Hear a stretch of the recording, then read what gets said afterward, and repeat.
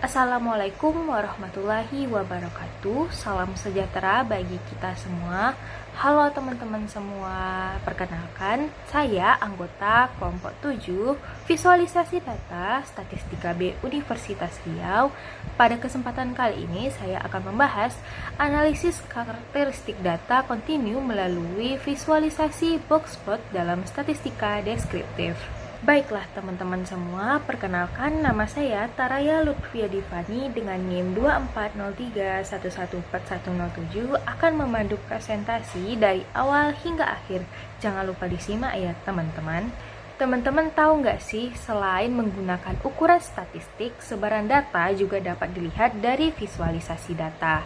Sebagaimana yang diperkenalkan oleh Tukey pada tahun 1977, box plot merupakan salah satu metode dalam exploratory data analysis yang digunakan untuk melihat distribusi data secara visual. Box plot menyajikan ringkasan distribusi data berdasarkan nilai minimum, kuartil bawah, median, kuartil atas, dan nilai maksimum. Selain itu, box plot juga dapat digunakan untuk mendeteksi adanya pencilan atau outlier dalam data, sehingga peneliti dapat mengetahui adanya data ekstrim pada suatu dataset. Baiklah, kita masuk ke pembahasan yang pertama, yaitu data kontinu dalam statistika. Kita harus kenal dulu sama data kontinu. Data kontinu itu didefinisikan sebagai data kuantitatif yang dapat mengambil nilai tak terhingga dalam suatu rentang atau interval tertentu. Karakteristik utamanya, yang pertama, memiliki jumlah nilai yang tak terhingga di antara dua nilai yang berbeda. Yang kedua, sering kali mencakup angka desimal atau pecahan. Contohnya tinggi badan, berat badan, suhu ruangan, waktu tempuh, dan tekanan darah. Nah, mengapa data kontinu ini penting? Karena data kontinu memungkinkan analisis yang lebih presisi dan merupakan basis bagi sebagian besar uji statistik parametrik. Masuk ke pembahasan selanjutnya, yaitu visualisasi box plot atau diagram kotak garis. Jadi, box plot adalah alat visualis statistik yang digunakan untuk menggambarkan distribusi data melalui ringkasan 5 angka atau 5 number summary. Jadi, 5 number summary itu mencakup nilai minimum, nilai maksimum, kuartil bawah, median, dan kuartil atas. Jadi, box plot itu punya komponen penyusut. Yang pertama, nilai minimum, yaitu data terkecil yang bukan merupakan pencilan. Ada kuartil bawah atau Q1, yaitu nilai yang membatasi 25 data terbawah. Ada median, nilai tengah yang membagi data menjadi dua bagian yang sama rata. Ada kuartil atas Q3, adalah nilai yang membatasi 75% data terbawah atau 25% data teratas. Ada nilai maksimum, yaitu data terbesar yang bukan merupakan pencilan. Ada IQR atau interquartile range, yaitu rentang antara Q3 dan Q1 yang merepresentasikan 50% data utama.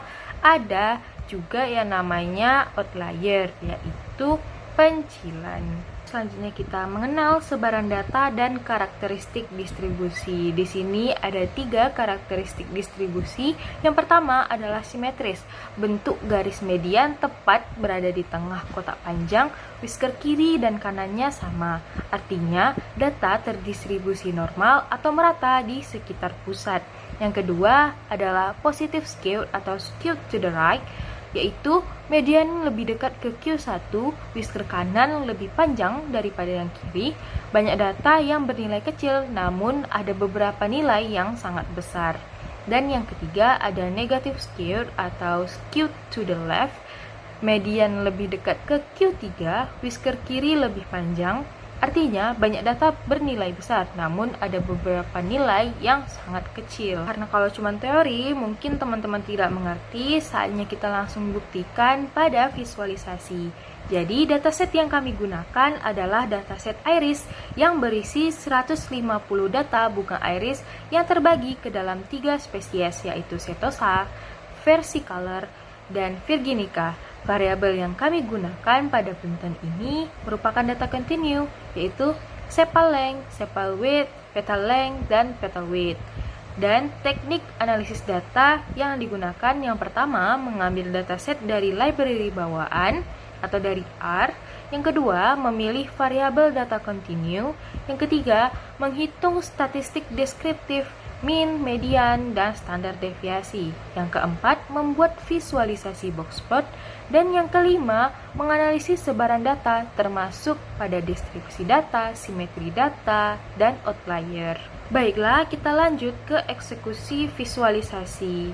Saya dan teman-teman dalam analisis kali ini menggunakan bantuan dari software R. Langkah-langkahnya adalah sebagai berikut. Yang pertama, load dataset iris yang sudah tersedia di R. Yang kedua, statistik deskriptif data. Dan box plot yang kami lakukan ada 3. Yang pertama, box plot sederhana, kami mengambil variabel sepal length. Yang kedua, box plot semua variabel. Yang ketiga, box plot berdasarkan spesies. Dan selanjutnya kami melakukan deteksi outlier menggunakan IQR. Dan yang terakhir, kami interpretasi hasil analisis. Jadi, prosedur penelitian yang kami lakukan dijabarkan dalam beberapa poin berikut. Yang pertama, menentukan dataset yang digunakan. Kami menggunakan dataset iris yang merupakan dataset bawaan. Yang kedua, mengidentifikasi variabel data continue. Yang ketiga, mengolah data menggunakan software R. Yang keempat, membuat visualisasi box plot. Yang kelima, melakukan analisis terhadap sebaran data. Dan yang terakhir, kami menarik kesimpulan berdasarkan hasil visualisasi. Baiklah, kita masuk ke hasil dan pembahasan. Saya tampilkan box plot sederhana pada variabel sepal length. Jadi bisa dilihat dari gambar tersebut, median datanya berada di sekitar 5,8 yang ditunjukkan oleh garis tebal di dalam box. Posisi median yang relatif berada di tengah box menunjukkan bahwa distribusi data cenderung simetris. Kuartil bawah atau Q1 berada di kisaran 5,1, sedangkan kuartil atas berada di sekitar 6,4. Hal ini mengindikasikan bahwa 50% data berada dalam rentang tersebut, yang disebut sebagai interquartile range atau IQR.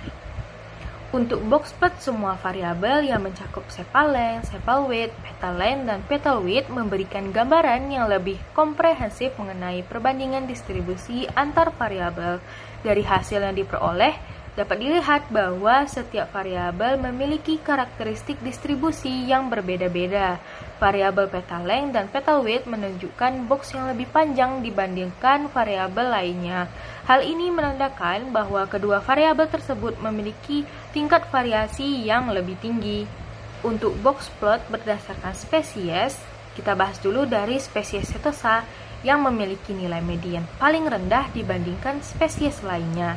Selain itu, rentang box plot yang sempit menunjukkan bahwa data pada spesies ini itu relatif homogen dan tidak memiliki variasi yang besar. Untuk spesies versicolor memiliki nilai median yang berada di antara Setosa dan Virginica. Sebaran data pada spesies ini lebih luas dibandingkan Setosa, yang menunjukkan adanya peningkatan variasi data. Lalu untuk spesies terakhir atau Virginica memiliki nilai median yang paling tinggi pada rentang box yang paling lebar. Hal ini menunjukkan bahwa data pada spesies ini memiliki variasi yang paling tinggi dan paling besar di antara ketiga spesies. Jadi teman-teman dapat kita sama-sama lihat bahwa visualisasi box plot ini efektif untuk menggambarkan karakteristik data kontinu seperti median, kuartil, sebaran data, dan outlier. Hasil analisisnya menunjukkan bahwa variabel sepal length memiliki distribusi yang cukup simetris dan stabil dengan sedikit outlier. Variabel petal length dan petal width memiliki variasi yang lebih besar dibandingkan variabel sepal. Berdasarkan spesies, Setosa memiliki distribusi yang paling homogen dan median terendah.